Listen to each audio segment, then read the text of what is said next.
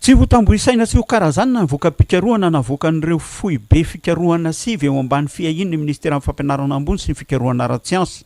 Misy amin'izy ireo no efa eny an-tanany ny mpampiasa azy ampiasaina ho fampandrosoana. Maro koa nefa ny voatahiry amam-boky tsara valonana amin'ny toerana misy azy. Ho an'ity farany mahatonga ny fiheverana fa tsy ilaina ny pikaroka sy ny fikarohana, indrindra fa ny voka-pikarohana. Ny zava-misy anefa miridiridy ny fivoaran'ny vokatra vokarina raha tsy hiresaka afa-tsy ny fikarohana ho fampiroboroboana ny fambolena, ny fiompiana, ny fanaovana puce elektrônika iarovana ny omby ohatra, ny tontolo iainana an-tanety sy an-dranomasina, ny zava-maniry fanao fanafody, mipakatra amin'ny nukleary ho fampandrosoana, ohatra amin'ireny ny fitsaboana ny homamiadana sy ny fampiroboroboana ny teknôlôjia sy ny orinasa. Tsy mena mitaha amin'ny vokatra vokariny ny pikaroka any ivelany ny voka-pikarohana malagasy.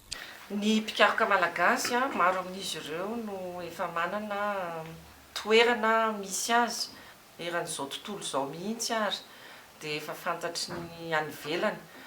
Zay ny tena mampalahelo, tsy hoe matahotra amin'ny pikaroka mpafantatra ny momba azy fa isika mihitsy ny tsy mahafantatra azy loatra, fa ny any ivelany indray ary no mahafantatra azy kokoa ary ny any ivelany koa ary no manome valisoa ho azy ireny.